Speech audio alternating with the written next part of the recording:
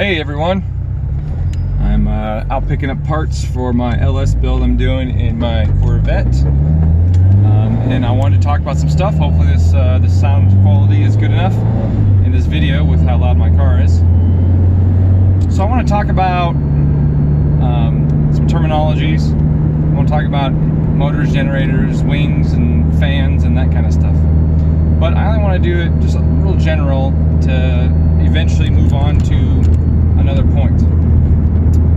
The point being the whole pops and bangs thing. So first off, in a lot of things in the physical world, there's not a whole lot of difference between one or the other. What I mean by that is, like, motors and generators physically, in most cases, are the same.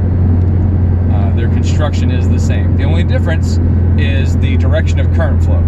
And by that I mean, is electricity or current going into it, or is it coming out of it? If it's going into it, then it's going to generate torque and create a spinning motion. If it's coming out of it, then that means that torque has gone into it in the form of a spinning motion, and out of it comes electricity or current. The same thing can be said with wings and fans. Now obviously wings and fans have a little bit different construction based on what kind of wing or fan or what you're trying to do with it.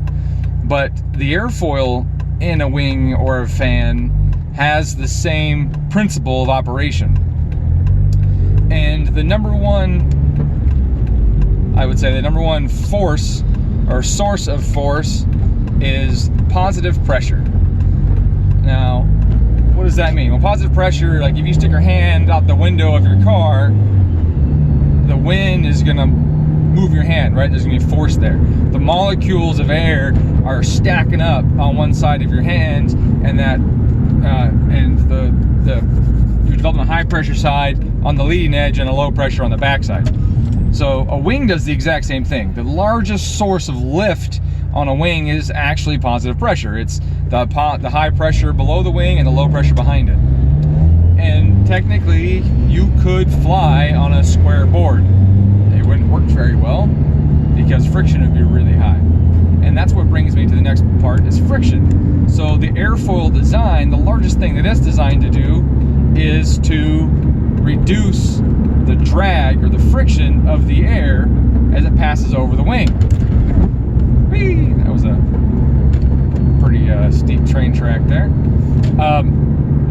Anyway, so airfoils have multiple designs, but the two most common are just symmetrical and asymmetrical. And in a symmetrical airfoil, that means the top and the bottom of it are the same profile. If you were to draw a line from the leading edge to the trailing edge of the wing, you would see that the shape of the wing was the same on both sides. That'd be a symmetrical wing. And then an asymmetrical means that one side is more flat, basically, than the other. And that's the most common design in everyday utility or personal aircraft use, is an asymmetrical design. An asymmetrical design wing creates both lift from positive pressure and some lift from the difference in airspeed over the top of the foil and the bottom of the foil. Whereas a stunt plane almost always has a fully symmetrical airfoil, and a fully symmetrical airfoil pretty much only generates lift based on positive pressure. Now, if it's completely symmetrical, how do you get positive pressure? Well, you have to have what's called angle of attack. And all wings have an angle of attack. All airfoils have that.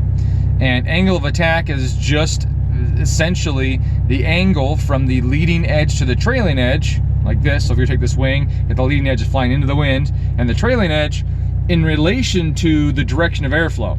So if I'm going up and the airflow is like this, I have this angle, this including angle, that's my angle of attack, right? And so all wings are gonna have an angle of attack. And if they don't, and it's a symmetrical airfoil, there will be no lift. Now, what happens if you have too much angle of attack? Well, if you have too much angle of attack, what happens is the air does not maintain a uniform flow path over the wing, and it may start to change direction or go over both sides of the wing. If you get too vertical, the air, instead of all of it hitting here and going down, may start to go up and over, right? Now, what happens there? The wing loses lift. and that's what's called a stall.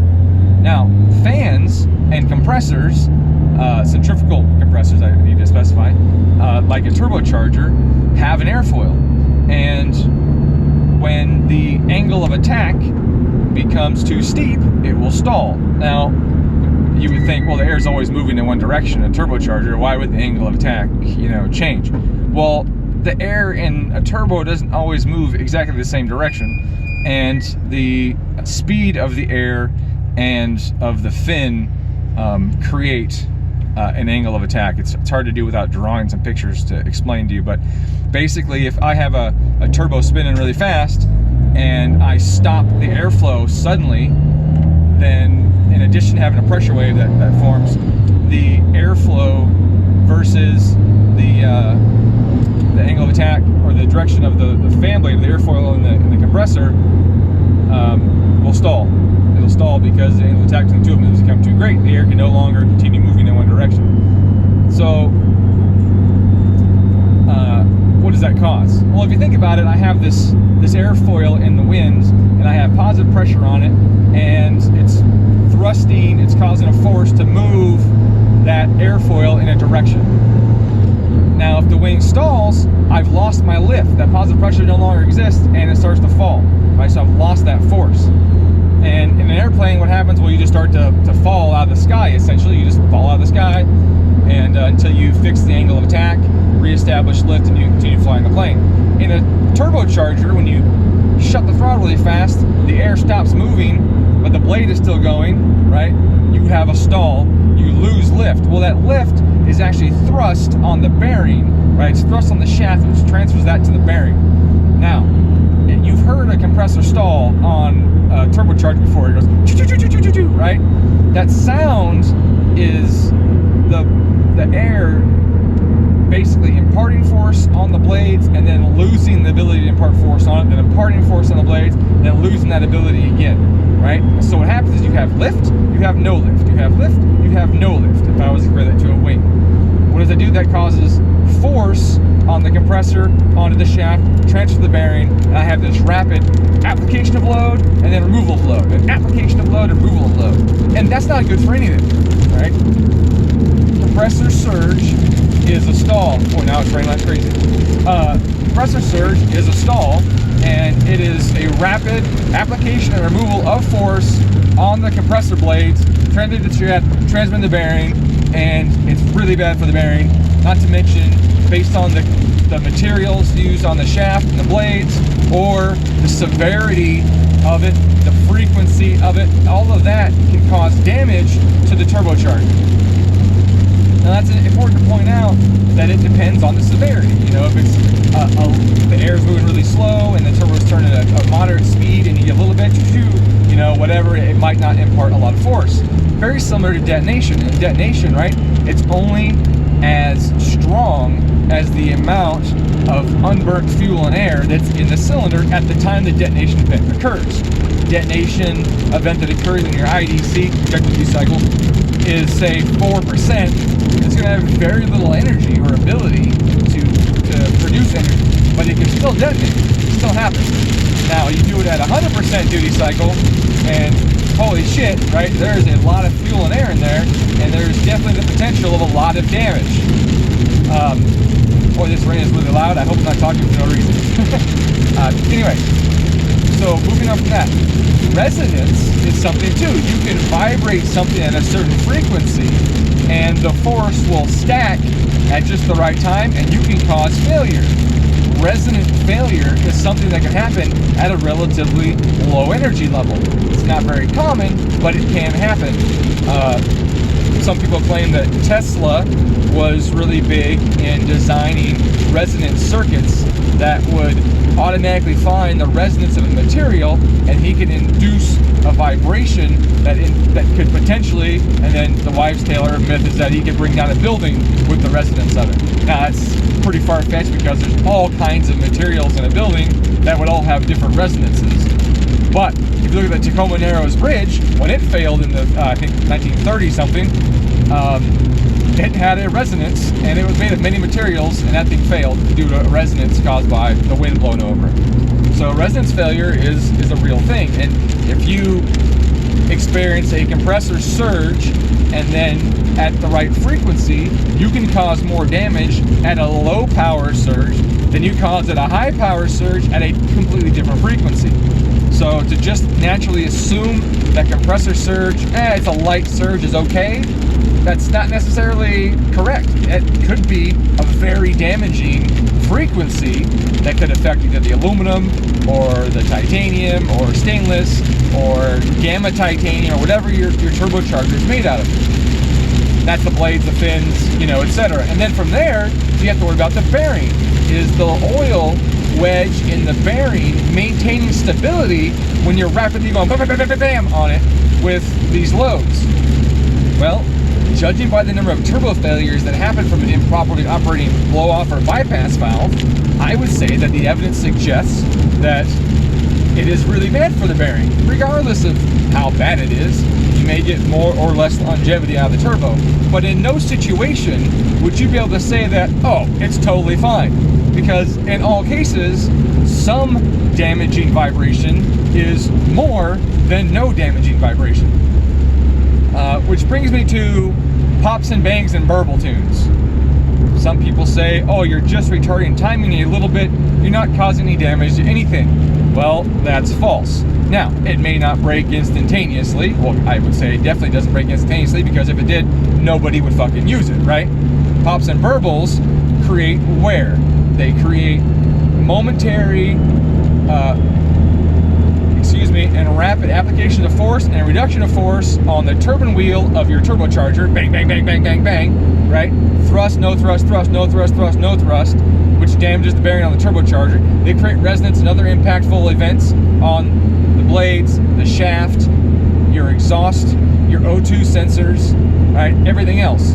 And to say that it doesn't damage anything is silly, because it clearly does damage it. Does it fail instantly? No. But does it reduce the life? Absolutely. Why? Because some damage, however little, is still more than no damage. So obviously it's going to reduce life. Now, how bad is it? Well, it totally depends. Again, it depends on what resonant frequency you're hitting, how strong are the impact events, how often does it happen, what's the temperature of the metal, what is the ductility or the fatigue strength of this metal at the operating temperature. Right? Those are all things you have to consider.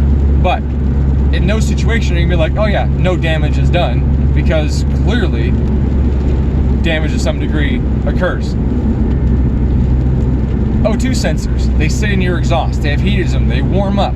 You dump a bunch of unburnt fuel on them, you're going to rapidly cool the sensor. And then you're going to thoroughly shock it by rapidly cooling the sensor and then lighten that stuff off. Then you're going to physically shock it by banging a bunch of pressure waves up against it.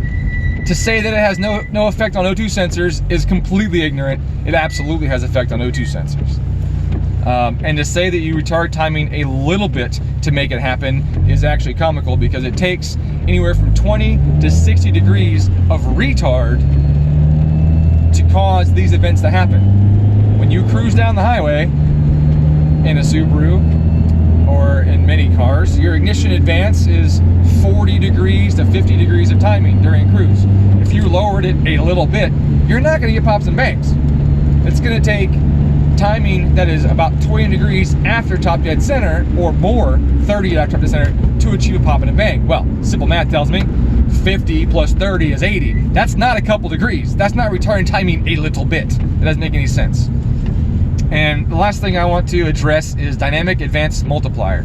For some reason, there's this belief that the dynamic advance multiplier or ignition advance multiplier or octane multiplier, as Mitsubishi calls it, and many other manufacturers actually call it an octane switch.